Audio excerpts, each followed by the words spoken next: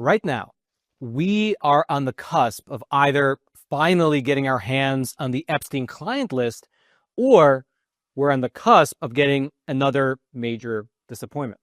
Let me give you the absolute latest in terms of the Epstein files, from Pam Bondi to Patel to even President Trump himself just earlier this week coming out during an interview and confirming that the Epstein files will be released.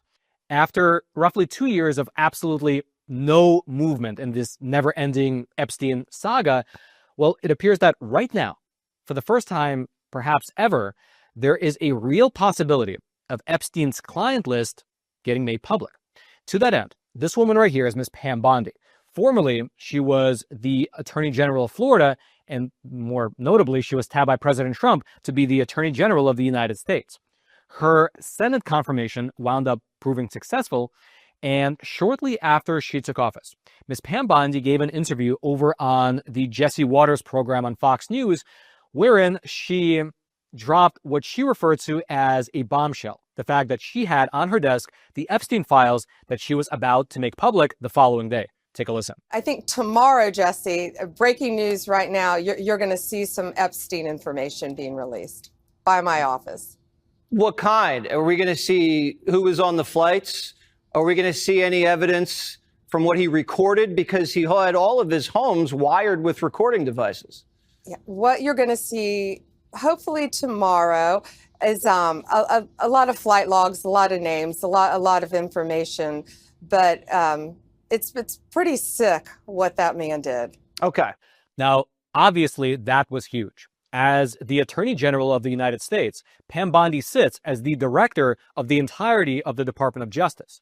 And so when you have someone like that say that she has the Epstein files sitting right there on her desk waiting to be released, that's huge news. Most people who are following the story closely were wrapped with anticipation, including myself. The next day, Pam Bondi was true to her word. An event was held over in Washington, D.C., wherein you had a group of journalists, social media personalities, and conservative podcasters. They were invited, and they were given these thick binders, which Pam Bondi claimed contained the Epstein files. Sounds great, except for the fact that the redactions in those documents were extensive, with some pages being almost entirely redacted. And then also, there was nothing new contained in those binders. All the documents that were handed out in that press briefing, these so-called Epstein files, turned out to just be the same documents that we've all known about for the past 8 or 9 years now. And it notably did not contain anything new regarding who was buying those children from Epstein. And so, this is where the whole story wound up taking an odd twist. According to Ms. Pam Bondi, the documents that she released in those binders were indeed all that she had access to. And therefore, she just assumed that those documents were all that there was. However, according to her, just 24 hours before the release, Ms. Pam Bondi claimed to have been contacted by a whistleblower who told her that the FBI field office in the Southern District of New York was hiding thousands of documents from the Trump administration. Here is Ms. Pam Bondi herself explaining the general situation in an interview over on Fox News. I gave them the deadline, Friday at 8. A truckload of evidence arrived. It's now in the possession of the FBI. Cash is going to get me and himself, really, a detailed report as to why all these documents and evidence had been withheld. And, you know, we're going to go through it as fast as we can, but go through it very cautiously to protect all the victims of Epstein. And so, just to recap here, according to Ms. Pam Bondi, a truckload of files containing additional Epstein documents were delivered to her from the Southern District of New York, and Patel's team over at the FBI is now combing through them. Now, you might ask why exactly they need to go through them rather than just release them to the public and have the public go through them. Well, this is where the story, you can say, gets a little funny. The DOJ claims that they need to go through the documents and redact sensitive information in those files. What's exactly considered sensitive, though? Well, prior to becoming the Attorney General, Pam Bondi gave an interview wherein she said that the victims' names need to be redacted in order to protect their identities. However, after she became Attorney General, she appears to have added national security concerns to the list of redactions that need to be made as well. Take a listen. What are the things that, and maybe some people don't understand the need to redact. In the case of a victim, that should be pretty obvious to people. What are the other things that maybe you would have to redact?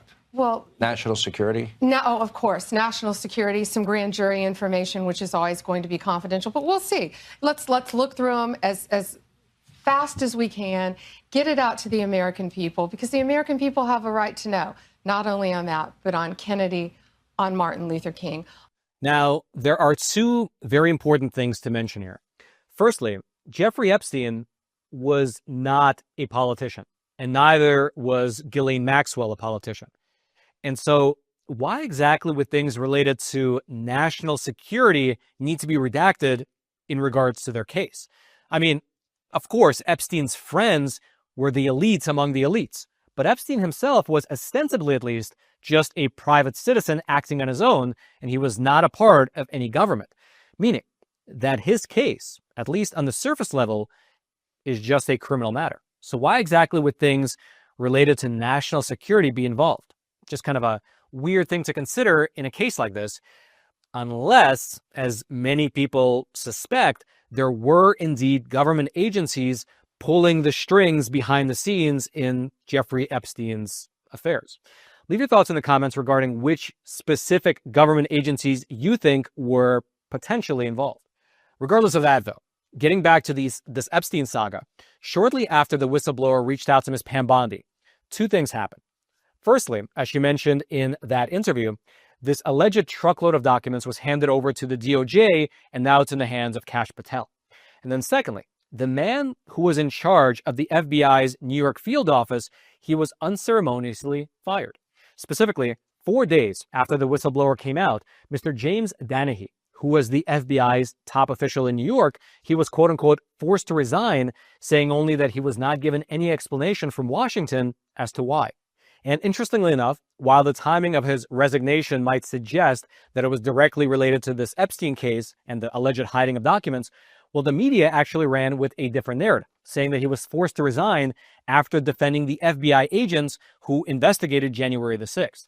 Here's, for instance, an article that was published over on NBC News titled, "Top FBI Official Forced Out After Questioning Trump Pursuit of Agents Who Investigated January 6th.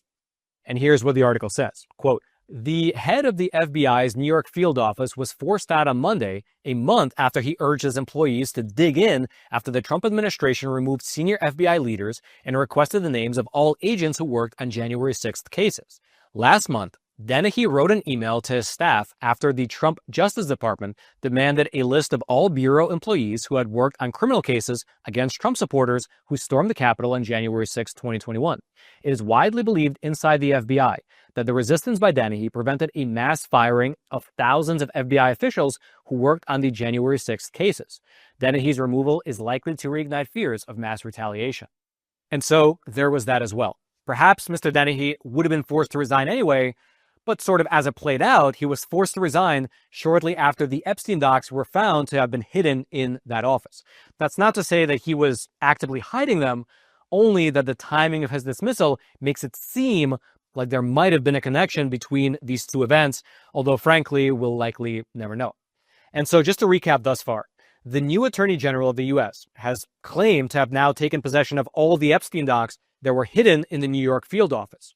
The head of that field office was unceremoniously dismissed, and now Kash Patel and his team over at the FBI are sifting through the documents before hopefully releasing them to the public. And to that end, just this past Friday, Ms. Pam Bondi gave another interview, this time over on Fox Business, wherein she said the following. First, to the Epstein, I'm mad that I didn't have more information on Epstein. I was given 200 pages of documents. I've asked Director Patel. He came in after that, of course. I'd asked for those documents prior to Kash coming in.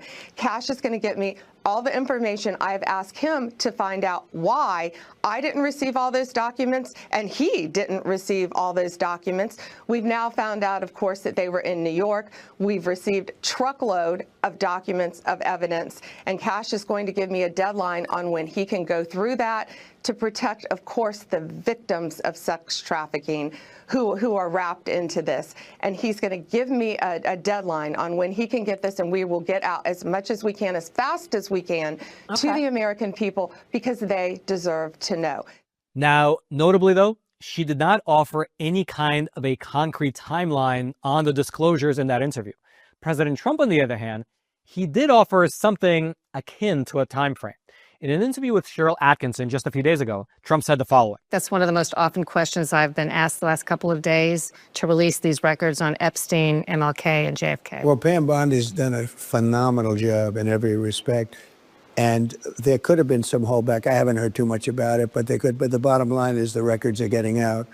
The Kennedy records are getting out. Those are the ones I really wanted to see the most, were the Kennedys. And it's going to be released. It's moving along, and it's moving along pretty rapidly. It doesn't go that weeks rapidly. Maybe, or longer? I say weeks. Yeah, I say weeks.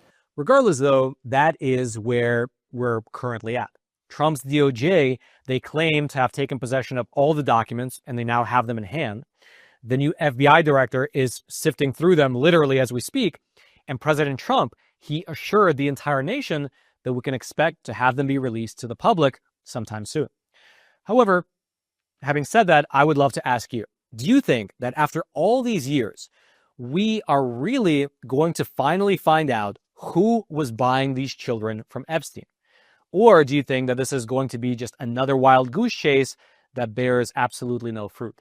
Please leave your thoughts in the comment section below, because I myself, I've honestly always thought that it was the most ridiculous thing possibly ever in the world that Ghislaine Maxwell was sentenced to 20 years in prison. Pam Bondi claims that she was sentenced because there were over 250 victims, and yet not a single person who abused these kids has been brought to justice. I mean, really, just take a moment to think about that. There's a woman sitting in prison right now for trafficking well over 200 kids, but all the clients she allegedly trafficked the kids to remain hidden. I mean, it absolutely defies logic. If there are no buyers, then Ghislaine Maxwell should be released from prison because she did not do anything wrong. But if there were buyers, then those people, the ones who bought the kids, need to be charged for their crimes. Because as it stands right now, as I'm recording this video, there's a woman sitting in prison for trafficking over 200 kids to absolutely no one. If you'd like to go through any of the details of the updates that we discussed in today's episode, I will throw all my research notes down into the description box below for you to peruse at your own leisure. And I really do hope that you leave some comments in the comment section below, because I'd love to know what you think, because I myself, I've got a lot of thoughts on this issue. None of them are great, and they can be summed up in one word, which is frustration. Anyway, that's me. All the links will be down in the description box below. And then until next time, I'm your host, Roman from the Epoch Times. Stay informed. Most importantly, stay free.